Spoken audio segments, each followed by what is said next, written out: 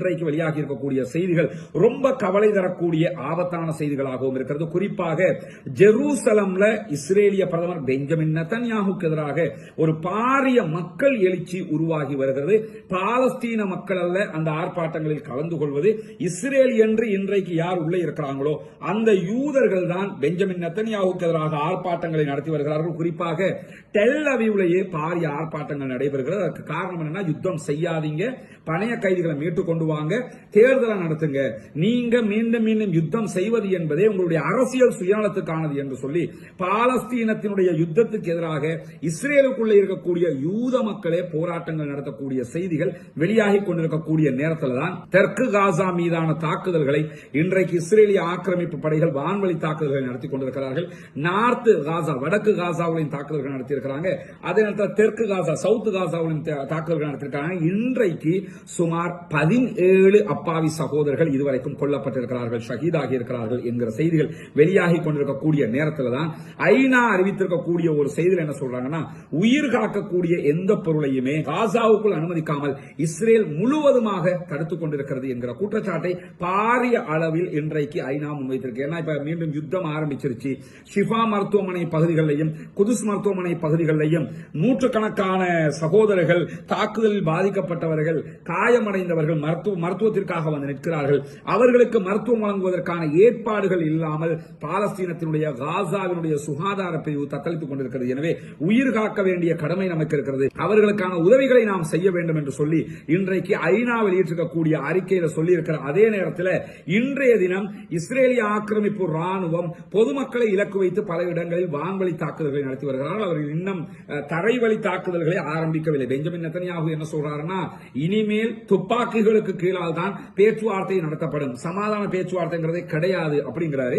அப்படி சமாதான பேச்சுவார்த்தைகள் நடத்தப்படாவிட்டால் என்ன நடக்கும் என்பதும் அனைவருக்கு தெரியும். இந்த நிலையில தான் இன்னும் அவர்கள் தரைவழி தாக்குதலை ஆரம்பிக்கவில்லை, அத்தனையும் வான்வழி தாக்குதல்களாக மாத்திரம்தான் இருக்கிறது என்பதை நம்ம புரிஞ்சு கொள்கிற அதே நேரத்தில் இன்றைய தினம் பாலஸ்தீன விடுதலை அமைப்பினுடைய ஊடக பேச்சாளர் வெளியிட்டிருக்கக்கூடிய செய்தி, உசாமா ஹம்தான் அவர்கள் இன்றைக்கு ஊடகங்களுக்கு பேசியிருக்கிறார். அதிலே அவர் மிக முக்கியமான ஒரு செய்தியை சொல்லியிருக்கிறார். நாங்கள் இந்த நிமிடம் வரை ஒப்புக்கொள்ளப்பட்ட சமாதான உடன்படிக்கையை கடைபிடித்து வருகிறோம். ரெண்டு தரப்புமே முதல் கட்டம் 40 நாட்கள், பிறகு 40 நாட்கள், பிறகு நிரந்தர யுத்த நிறுத்தம் என்றுதான் பேச்சிலே முடிவெடுத்திருக்கிறோம், கையெழுத்துமிட்டிருக்கிறோம். அந்த அடிப்படையில் முதல் கட்ட 40 நாட்களை நாங்கள் அழகாக கையாண்ட மாதிரியே இப்பொழுதும் ரொம்ப பொறுமையாக இரண்டாம் கட்டத்தையும் நாங்கள் பொறுத்திருந்து கவனித்துக் கொண்டிருக்கிறோம். நாங்கள் அவசரப்படாமல் இருக்கிறோம். எங்கள் மீது பாரிய தாக்குதல் எங்கள் மக்கள் மீது நடத்தப்பட்டிருக்கிறது. 400க்கும் மேற்பட்டவர்கள் ஒரே நேரத்தில் கொல்லப்பட்டிருக்கிறார்கள், ஷஹீதாகி இருக்கிறார்கள்.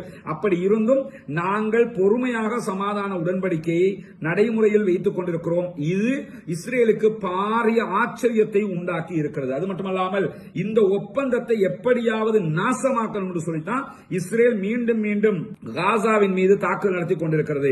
இந்த தாக்குதல்களை நடத்தக்கூடிய இஸ்ரேல் இந்த தாக்குதல்களால் ஏற்கனவே முடிவெடுத்த ஒப்பந்த நடைமுறைகள் மாற்றம் பெறும் என்று நினைத்தால் அது வெறும் மாயையாகத்தான் இருக்கும் என்று அவர்கள் சொல்லியிருக்கிறார்கள். சுருக்கமாக நீங்க என்ன புரிஞ்சுக்கிறீங்க சொன்னா, ஏற்கனவே முதல் 40 நாட்கள் என்னென்னலாம் செய்யணும் பேசி முடிவெடுத்தாங்க.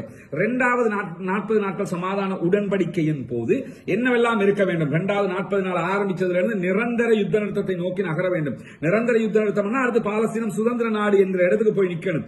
இந்த மாதிரியான பேச்சுவார்த்தை நடத்தப்பட்டது. 40 நாள் முடிஞ்சா மூன்றாவது நிரந்தர யுத்த நிறுத்தம் தான். இதற்குள்ள காசாவை கட்டி எழுப்புகிற வேலைகளை தான் எல்லோரும் செய்யணும் என்கிறது தான் ஒப்பந்த விதிமுறை. இந்த விதிமுறையை தளர்த்தி காசாவில் இருக்கக்கூடிய இஸ்ரேலுடைய ஆட்களை மட்டும் பணைய கைதிகளை எப்படியாவது வெளியே எடுத்துக்கிட்டு போய் அவர்கள் காசாவை மீண்டும் ஒரு காலனித்துவத்துக்கு கீழே காசாவை அடக்கி ஆளக்கூடிய வேலையை செய்யறதுக்கு முயற்சி பண்றாங்க. அவங்க இந்த யுத்த நிறுத்தத்தை உடைச்சி அதை அல்லது யுத்த நிறுத்தத்துடைய விதிமுறைகளை மாற்றுவதற்காக எங்கள் மீது தாக்குதல் நடத்தினால் விதிமுறையை மாற்றலாம் என்பது மாயையாக இருக்கும். விதிமுறையை மாற்றத்துக்கு நாங்க தயாரில்லை. அதுதான் விதி. ஏன்னா இதுல ஒரு ட்விஸ்ட் இருக்குது. என்ன ட்விஸ்ட்னா, யுத்தத்திலையும் இஸ்ரேலால வெல்ல முடியல, அவங்களுடைய பணைய கைதிகளையும் மீட்டுக் கொண்டு எடுத்துட்டு போக முடியல, பாலஸ்தீன விடுதலை அமைப்பையும் அழிக்க முடியாம போயிடுச்சு, காசாவுல கட்டடங்களையும் அப்பாவிகளையும் கொன்றது மட்டும்தான் மிச்சமா போயிடுச்சு. இப்படி எல்லாம் நடந்ததற்கு பிறகு இப்ப இந்த ஒப்பந்தத்தில் கையெழுத்து போட்டுருக்கானா இல்லையா, இந்த ஒப்பந்தத்தில் கையெழுத்து போட்டு வந்ததுக்கு பிறகு தெரியுது, ஆனா நம்ம மாட்டிக்கிட்டோமே, பாலஸ்தீனத்துக்கு சுதந்திரம் கொடுக்கிற அளவுக்கு இந்த ஒப்பந்தத்தினுடைய நிலை இருக்குது. அதனால இந்த ஒப்பந்தத்தை எப்படி நாசமாக்குறது, இந்த ஒப்பந்தத்தினுடைய விதிமுறைகளை மாற்ற சொல்லித்தான் சமாதான உடன்படிக்கை என்று கத்தார்ல போய் திறந்து பேசிக்கிட்டே இருக்கிறாங்க. பாலஸ்தீன விடுதலை அமைப்பு என்ன சொல்றாங்கன்னா, பேசினதுதான் டோர் க்ளோஸ் பண்ணப்பட்டுடுச்சு, திரும்ப திரும்ப அதுல பேசிக்கிட்டு இருக்க முடியாது, சொன்னதை சொன்ன மாதிரி நடைமுறைப்படுத்தும், உங்க ஆக்களை நாங்க விடுதலை பண்ணுவோம் என்று பிடியாக பிடித்துக் கொண்டிருக்கிறார்கள். இஸ்ரேலுக்குள்ள உடனடியாக ஒப்பந்தத்தை நடைமுறைப்படுத்துகின்ற பொதுமக்கள் ஆர்ப்பாட்டம் நடத்துறாங்க. பெஞ்சமின் நெத்தன்யாகு அமெரிக்காவினுடைய ஆறுதலோடு, அமெரிக்காவினுடைய ஆதரவோடு தற்போது இந்த யுத்தத்தை ஆரம்பித்திருக்கிறார். அதற்காகத்தான் அவங்க என்ன சொல்றாங்கன்னா, நீங்க என்ன நினைச்சாலும் நாங்க இதை விட்டுக் கொடுக்கிறதுக்கு தயார் இல்லை என்று பாலஸ்தீன விடுதலை அமைப்பு இன்றைக்கு மிக தெளிவாக சொல்லி இருப்பது மட்டுமல்லாம, இஸ்ரேலுடைய கட்டாய இடப்பெயர்ச்சி உத்தரவை பின்பற்றாமல் இருப்பதற்கு காசாவினுடைய மக்கள் முடிவெடுத்திருக்கிறார்கள் என்கிற செய்திகளும் இன்றைக்கு வெளியாகி இருக்கிறது. என்ன கட்டாயம்னா, இப்ப யுத்தம் தாக்குதல் நடத்துறாங்க, வான்வழி தாக்குதல். நேற்று என்ன அறிவிச்சிருக்கிறாங்கன்னா, நார்த் காசாவில் பைத்துலாகிய பகுதிகளில் இருக்கக்கூடிய ஆட்கள் எல்லாமே வெளியேறுங்க, சவுத் காசாவுக்கு போங்க அப்படின்னு சொல்லி இருக்கிறாங்க. ஒரு சில பேர் போனாலும் பல பேர் நாங்க போக மாட்டோம், செத்தாலும் இனி இங்கதான், எங்களுக்கு இதான் வேலையா, நீ தாக்குதல் நடத்துவ, ஒவ்வொரு ஊரா அலைஞ்சுக்கிட்டு இருக்க முடியுமா, எங்களுடைய தேசம் இது, எங்களுடைய பூமி இது, நாங்கள் இங்கே தான் இருப்போம் என்று அவர்கள் உறுதியாக இருக்கிறார்கள். எனவே அவர்கள் உறுதியாக இருக்கிற காரணத்தினால இஸ்ரேல் பொதுமக்களை கொள்வது அதிகமாகும் என்கிற ஒரு அச்சமும் இருக்கிறது. ஏன்னா வெளியேற மாட்டோம்னா அந்த இடத்துக்கே குண்ட போடுவான், மக்கள் செத்து மடிந்து விடுவார்கள். அல்லாஹ்தான் அவர்களை பாதுகாக்க வேண்டும். ஆனால் அவர்களுடைய உறுதி அவர்களுடைய தேசத்தை மீட்பதற்கான ஒரு அத்திவாரமாக, அடித்தளமாக இருக்கும் என்பதும் எந்த மாற்று கருத்தும் இல்லை. இப்படியான நேரத்தில் இன்னைக்கு நிறைய ஊடகங்கள் என்னன்னா, இஸ்ரேலுடைய ஒரு அறிக்கையை வெளியிட்டிருக்கிறாங்க. என்ன அறிக்கைன்னு சொன்னா, இஸ்ரேல் இன்னைக்கு நார்த் காசா பகுதிகளில் பாலஸ்தீன விடுதலை அமைப்பினுடைய ராணுவ தளங்களை இரவு முழுவதும் அடிச்சு நொறுக்கி இருக்கிறோம் அப்படின்னு சொல்லி அறிவிச்சிருக்காங்க. முதல்ல இது உண்மையா? இப்படி நொறுக்க முடியுமா? அங்க நொறுக்கிறதுக்கு எதையாவது தரைக்கு மேலதான் வச்சிருக்கிறானா? பாலஸ்தீன விடுதலை அமைப்பினுடைய எந்த ஒரு ராணுவ கேம்பும் தரைக்கு மேல இருக்குதா? நீ தான் அட்டாக் பண்றேன்னு தெரிஞ்சதோட, நேற்று 400 பேரை கொண்டதோட அப்படியே இருந்தாலும் உடனே எல்லாத்தையும் பூமிக்குள்ள கொண்டு போயிருப்பானா இல்லையா? கொண்டு போகாம தான் வச்சிருப்பானா? இரவு முழுக்க தாக்குதல் நடத்தி என்ன பண்ணாங்களாம்னு கேட்டா, பாலஸ்தீன விடுதலை அமைப்பினுடைய இந்த ராணுவ முகாம்களை நாங்க அழிச்சோம், இரவு முழுக்க இதுக்கு தாக்குதல் நடத்தினோம்ங்கிறாங்க. இதுக்கு முன்னாடி என்ன சொன்னாங்க? நார்த் காசாவுல, வடக்கு காசாவுல பாலஸ்தீன விடுதலை அமைப்பே இல்ல, மொத்தமா நாங்க தான் நார்த் காசாவை கையில வச்சிருக்கிறோம். ஆனா இந்த யுத்த நிறுத்த டைம்ல பார்த்தோம், புற்றீசல் மாதிரி பங்கர்களுக்குள்ள இருந்து வெளியே வந்தாங்க, ஒண்ணுமே பண்ண முடியாம போயிடுச்சா இல்லையா? அப்ப இந்த மாதிரி ஒரு நிலை இருக்கிற நேரத்தில் இன்னைக்கு என்ன சொல்றாங்கன்னா, நார்த் காசாவில் நாங்க யுத்தம் பண்ணி பல இடங்கள் அழிச்சிட்டோம். எந்த அளவுக்கு அழிச்சிட்டோம்னு சொல்லி சொன்னா, இஸ்ரேல் மீது தாக்குதல் நடத்துறதுக்கு நிறைய ஏவுகணைகளை ரெடி பண்ணி வச்சிருந்தாங்க, அதையெல்லாம் நாங்க அழிச்சிருக்கிறோம். ஆனா இதுக்கு முன்னுக்கு என்ன சொன்னாங்க? ஏவுகணையே கிடையாது, எல்லாத்தையும் அழிச்சிட்டோம்னாங்க. ஏண்டா எல்லாத்தையும் அழிச்சா இப்ப எப்படி அழிச்ச நீ என்ற கேள்வி வரும். அப்ப ஏற்கனவே இருக்க போய் தானே அவங்க வச்சிருக்கிறாங்க வரும். அப்ப என்ன அர்த்தம்னா, ஏற்கனவே இருந்ததை அழிக்கவும் இல்ல, இப்ப அழிக்கவும் இல்ல, இருக்கிறதையெல்லாம் அவங்க பத்திரமா வச்சிருக்கிறாங்க. இன்றைக்கும் பாலஸ்தீன விடுதலை அமைப்பு ஒரு விஷயத்தை தெளிவா சொல்லிருக்கிறாங்க. கேட்டா, அளவு கடந்து போனீங்கன்னா நாங்களும் எல்லாம் மீறிடுவோம், அதனால அளவோட தான் எதுவும் இருக்கணும், சமாதானம் வந்துட்டீங்கன்னா போதுமானது, எங்களை அழிக்கிறோம்னு நினைக்காத, அது கனவுலையும் உனக்கு நடக்காது. ஏன்னா நாங்க மண்ணுக்காக போராடிக்கிட்டு இருக்கிறோம், இது எங்களுடைய வாழ்வா சாவா என்கிற போராட்டம். உன்னை பொறுத்தவரை யுத்தம், வருமானம், பதவியை காப்பாத்திக்கிறோம். எங்களுக்கு பதவியும் முக்கியம் இல்ல, பட்டமும் முக்கியம் இல்ல, எதுவும் முக்கியம் இல்ல, எங்களுக்கு எங்கள் மக்கள் முக்கியம், எங்கள் நாடு முக்கியம். எனவே இதெல்லாம் சாத்தியப்படாது என்பதை மிக தெளிவாக சொல்லிவிட்டார்கள். ஆனா இன்னைக்கு அவங்களுடைய அறிக்கையில் என்ன சொல்லியிருக்கிறாங்கன்னா, நார்த் காசாவில் பாலஸ்தீன விடுதலை அமைப்பினுடைய ராணுவ முகாம்களை, ராணுவ தளங்களை அழிச்சது மட்டுமல்லாம, காசாவினுடைய கடலோர பகுதிகளில் இருந்த கடல் வழியாக தாக்குதல் நடத்துவதற்கு தயாராக இருந்த பாலஸ்தீன விடுதலை அமைப்பினுடைய கப்பல்களை நாங்க அடிச்சு நொறுக்கி இருக்கிறோம். நான் என்ன கேட்கிறேன்னு கேட்டா, அந்த கப்பலின் ஒன்று இருந்திருந்தா இந்த 500 நாள் விட்டுருப்பாங்களா? கப்பலின் ஒன்று இருந்திருந்தா சாதாரண மீன்பிடி படகுகளை கூட விட்டு வைக்கவில்லை, மீன்பிடி படகுகள் வரைக்கும் அடிச்சு நொறுக்கிட்டாங்க, எல்லாத்தையும் அடிச்சு நொறுக்கி போட்டு இன்னைக்கு என்ன சொல்றாங்கன்னு கேட்டா, காசாவினுடைய கடற்பரப்புல பாலஸ்தீன விடுதலை அமைப்பினுடைய போட் எல்லாம் இருந்தது, கப்பல்கள் எல்லாம் இருந்தது, இதுல எங்களுக்கு அட்டாக் பண்றதுக்கு தான் ரெடியா இருந்தாங்க, நாங்க அதெல்லாம் அழிச்சிட்டோம் அப்படின்னு சொல்லிருக்காங்க. இந்த சமாதானம் 40 நாளைக்குள்ள ரஃபா பார்டர் வழியாக எந்த போட்டால் வந்துச்சா? சரி, பங்கருக்குள்ள இருந்து கப்பலை கொண்டு வர முடியுமா? கப்பலை கொண்டு வரணும்னா கடல் வழியாகத்தான் கொண்டு வரணும். கடல் வழியாக கொண்டு வந்தா எந்த டைம்ல கொண்டு வந்தாலும் இஸ்ரேல் பார்த்துக்கிட்டு தான் இருக்கிறான், எனவே கொண்டு வர முடியாது. அப்ப ஒன்னே ஒண்ணு உறுதியாகுது, என்னன்னா கடலோர பகுதிகளில் பாலஸ்தீன அப்பாவிகள் மீது இஸ்ரேல் தாக்குதல் நடத்தி இருக்கிறது. இரண்டாவது, அப்படியே பாலஸ்தீன விடுதலை அமைப்பின் மீது தாக்குதல் நடத்தி இருந்தா இஸ்ரேல் ஏதோ ஒத்துக்கொள்ளுதுன்னு கேட்டா, பாலஸ்தீன விடுதலை அமைப்பினுடைய நாவல் போர்சஸ் ரொம்ப பலமா இருக்கிறாங்க, அவருடைய கடற்படையும் பலமாக இருக்கிறது. ஒரு சில ஏரியாவில் தான் நீங்க அழிச்சிருக்கிறீங்கன்னு அர்த்தம். அப்ப மத்த ஏரியாவில் இருப்பானா இல்லையா?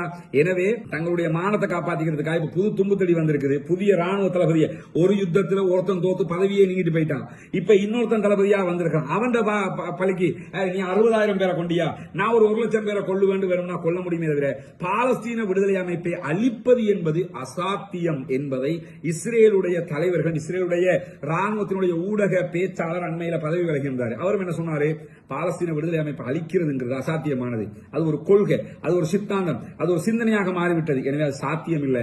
இவங்க சும்மா கண்ணில் மண்ணை தூக்கிட்டு தெரியுறாங்களே தவிர அது உண்மை இல்லை என்று சொல்லி அவர்களும் மிக தெளிவாக அறிவித்திருந்த நிலையில தான் காசாவில் தொடர்ந்து இஸ்ரேல் செயல்படும் என்று சொல்லி இஸ்ரேலிய ராணுவம் இன்றைக்கு அறிவித்திருக்கிறது. இஸ்ரேலுடைய படைகள், உள்நாட்டு பாதுகாப்பு பிரிவு, இவை அத்தனையும் இஸ்ரேல் மக்களை நாங்கள் பாதுகாக்கிறதுக்காக நாங்கள் செயல்படுவோம், எனவே காசாவில் நாங்கள் இருப்போம் என்று சொன்னது மட்டுமல்லாமல் இன்றைய தினம் என்ன பண்ணிருக்கிறாங்கன்னா நெட்சாரிம் காரிடோர் பகுதிகளையும் ராணுவத்தை கொண்டு வந்து நிறுத்தி இருக்கிறார்கள். இதில் நம்ம என்ன கவனிக்கிறோம்னா வான்வழி தாக்குதல் நடைபெறுகிறது. நெட்சாரிம் காரிடோர் பகுதிகளில் இஸ்ரேல் தன்னுடைய ராணுவத்தை கொண்டு வந்து நிறுத்தி இருக்கிறது. ஆனாலும் வலம மாதிரி உடனடியாக பாலஸ்டைன் ராணுவம் பங்கருக்குள்ள போகல. நெட்சாரிம் காரிடோர் பகுதிகள் அவங்களும் வெப்பனோட நிக்கிறாங்க, அவங்களும் ஆயுதங்களோட நிக்கிறாங்க. 2 பேருக்கும் மத்தியில் ஃபயரிங் ஆரம்பிக்கல. தரைவழி தாக்குதல், வான்வழி தாக்குதல் நடைபெறுகிறது, தரைவழி தாக்குதல் நடைபெறவில்லை. 2 தரப்புமே ஆயுதத்தோட நிக்கிறாங்க. அந்த இடத்துல குண்டு போட முடியாது, வான்வழியா போட்டா 2 பேருமே செத்து போயிருவாங்க.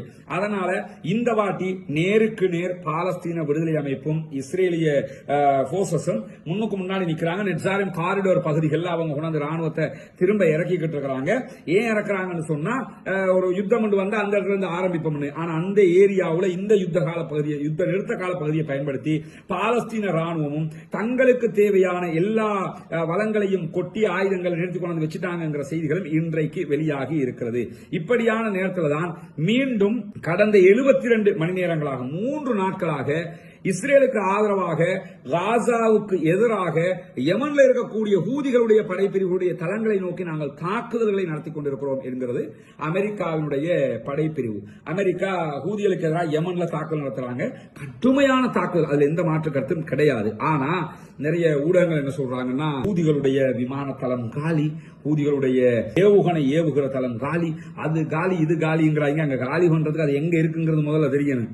தெரிஞ்சாதான் காலி பண்ண முடியும். விமானத்தளத்தை அடையாளம் காண்றலாம், ஏவுகணை எங்க இருந்து ஏவுறாங்க, எங்க ஏவுகணையை வச்சிருக்கிறாங்க, இதெல்லாம் தெரியணும்ல. இதெல்லாம் தெரியறதுக்கு அங்க எதுவுமே கிடையாது. எனவே இதுல முதல் விஷயம், அங்க தாக்குதல் நடத்துறாங்க, யுத்தம் பண்றாங்க, அதுல பொதுமக்கள் கொல்லப்படுகிறார்கள். இன்றைக்கும் 24 பேர் யமன்ல பொதுமக்கள் கொல்லப்பட்டிருக்கிறார்கள். ஆனால் யஹியா சாரி ஹூதிகளுடைய ராணுவ பேச்சாளர் என்ன பண்ணிருக்கிறார் கேட்டா உடனடியாக இது தொடர்பான விளக்கங்களை சொல்லியிருக்கிறாரு. எங்க மேல எங்க தலைவர்கள் யாருமே கொல்லப்படல, நாங்க இடைவிடாம தாக்குதல் நடத்தும். இன்றைக்கும் கடந்த 3 நாட்களாக 72 மணி நேரங்களாக அமெரிக்காவுடைய கப்பல் மீது USS ஹாரி ட்ரூமன் மீது அவங்க தாக்குதல் நடத்துறாங்க. இன்றைக்கும் கிட்டத்தட்ட 4 பாலிஸ்டிக் ஏவுகணை தாக்குதல்களை நடத்தியிருக்கிறார்கள். 7க்கு மேற்பட்ட ஆளில்லா விமான தாக்குதல்களை அவர்கள் நடத்தியிருக்கிறார்கள். அமெரிக்காவுடைய கப்பல் மீது, விமானம் தாங்கி கப்பல் மீது தொடர்ந்து தைரியமாக பாலஸ்தீனத்திற்கு ஆதரவாக ஹூதிகளுடைய படைப்பிரிவு தாக்குதல்களை நடத்துகிறார்கள் என்கிற செய்திகள் வெளியாகிக் கொண்டே இருக்கக்கூடிய நேரத்தில் இன்றைக்கு மீண்டும் என்ன பண்ணிருக்கிறார், டொனால்ட் ட்ரம்ப் அவருடைய ட்ரூத் சோசியல் என்கிற சமூக வலைதளத்தில் எழுதியிருக்கிறார். அவருக்கு பார்த்தா வைரமுத்து தாண்டி வர மாட்டாங்க. ஏன்னா கூட இருக்கிற எலான் மாஸ்க் பத்தி உங்களுக்கு தெரியும். அந்த தொழில் பண்றாரோ இல்லையோ ட்வீட் போட்டுக்கிட்டு இருப்பாரு. அவர் மாதிரி இப்ப இவரும் என்ன பண்ணிட்டாருன்னு கேட்டா ஈரானுக்கு எதிராக அறிக்கை வெளியிட்டுக்கிட்டே இருக்கிறார். அதுல ஒரு அறிக்கை இன்றைக்கு என்ன செஞ்சிருக்காரு கேட்டா ஹூதிகளுக்கு நீங்க ஆயுதம் கொடுக்கறத நிறுத்தல் என்று சொல்லி சொன்னா நடக்கிறது வேற அப்படின்னு சொல்லி இருக்கிறாரு. ஊதிகளுக்கு அவன் ஆயுதம் கொடுக்கறத நிறுத்தானா இல்லையாங்கிறது 2வது. அவன் ஆயுதம் எந்த வழியில கொடுப்பான், கடல் வழியா தானே. இப்பதான் சிரியாவிலையும் உங்க ஆட்சி தானே சொல்லிக்கிட்டு இருக்கிறீங்க. சிரியா பார்டரால ஹிஸ்புல்லாக்களுக்கு ஆயுதம் கொடுக்க முடியல அப்படின்னு சொன்னா செங்கடல் வழியா தானே கப்பல் வரணும், கப்பல்ல தானே ஆயுதம் கொண்டு வரப்படணும். அப்படி என்றால் அந்த கப்பல்கள் மீது தாக்குதல் நடத்தலாமா இல்லையா? அதை விட்டு போட்டு ஈரான் அவர்களுக்கு ஆயுதம் கொடுக்கிறது நிறுத்த வேண்டும் என்று சொல்லி இன்னைக்கு என்ன பண்றாங்கன்னு கேட்டா சொல்லுகிற டொனால்ட் ட்ரம்ப் என்ன சொல்றாருன்னா நாங்க ஹூதிகள் மேல அட்டாக் பண்ண ஆரம்பிச்சிருக்கிறோம், நிலைமை மோசமாய் கொண்டே இருக்குது, நாங்க ஹூதிகளை முற்றுமுழுதாக அழிக்கிறதுக்கு தான் இந்த வேலையை செஞ்சுக்கிட்டு இருக்கிறோம். ஈரான் ஆயுதம் கொடுக்கறத நிறுத்தணும், அவங்களாக போராடட்டும், யாரு? ஹூதிகள். அவங்களாக போராடினா பிரச்சனை இல்ல. ஈரான் ஆயுதம் கொடுத்து போராடக்கூடாது. அப்படி ஆயுதம் கொடுத்தாங்கன்னு சொல்லி சொன்னா நடக்கிறது வேற. நாங்க தொடர்ந்து தாக்கல் நடத்துவோம் த்ரெட்டன் பண்ணி கொண்டிருக்கும் போதே USS ட்ரூமன் மேல திருப்பி அடுத்த அட்டாக்க பண்ணிட்டாங்க. அவங்க கப்பல் மேல தொடர்ந்து விமானம், அமெரிக்காவுடைய விமானம் தாங்கி கப்பல் மேல வளர்ந்த நாடுகளை தாக்கல் நடத்துறதுக்கு யோசிப்பான். அந்த மாதிரி நேரத்துல என்ன பண்றாங்கன்னா தொடர்ந்து தாறுமாறான தாக்குதல்களை நடத்தி கொண்டிருக்கிறார்கள். அவர்கள் செங்கடல்ல இன்றைக்கு இஸ்ரேலுக்கு ஆதரவான கப்பல் மீதும் தாக்குதல் நடத்தி இருக்கிறார்கள் என்கிற செய்தி வந்திருக்கிறது. அது தொடர்பான மேலதிக செய்திகள் வரும்போது நாம் அதை உங்களோடு பகிர்ந்து கொள்ள தயாராக இருக்கிறோம். எது எப்படி போனாலும் ஹூதிகளுக்கும் அமெரிக்காவுக்கும் நேரடி வார் ஸ்டார்ட் ஆகிடுச்சுங்கிறது தெரிகிறது. அதே நேரத்தில் பாலஸ்தீன விடுதலை அமைப்பு இன்னும் பதிலடி தாக்கல் கொடுக்காம இருக்கிறாங்க. அது ஒரு புத்திசாலித்தனமும் கூட. என்னன்னா அவங்க தாக்குற நேரத்தில் இவங்க தான் யுத்தத்தை ஆரம்பிச்சாங்க என்கிற ஒரு பழி வந்துடக்கூடாது. அவன் ஆரம்பிச்சுட்டான். சர்வதேச நாடுகள் எல்லாம் பாக்குது பாலஸ்தீன விடுதலை அமைப்பு எந்த அட்டாக்கும் பண்ணல, இஸ்ரேல் தான் மீண்டும் தாக்கல் நடத்துறாங்க, அவங்க தான் குற்றவாளிகள் என்பது சர்வதேசத்துக்கு மிக தெளிவாக தெரிகிறதுனாலதான் ஓரளவுக்கு அவர்கள் பொறுத்து போகிறார்கள். ஆனால் எப்பொழுதும் பொறுத்து போக மாட்டோம் என்பதையும் சொல்லியிருக்கிறார்கள். பாலஸ்தீன விடுதலை அமைப்பினுடைய இஸ்மாயில் ஹனியா மௌத்தா போயிட்டாரு, அதே மாதிரி யஹ்யா சின்வார் மௌத்தா போயிட்டாரு, ஷேக் ஆரூரி மௌத்தா போயிட்டாருங்கிறதுனால அவங்களுடைய தலைமை கூண்டுருச்சுன்னு எங்கேயும் சொல்ல முடியாது.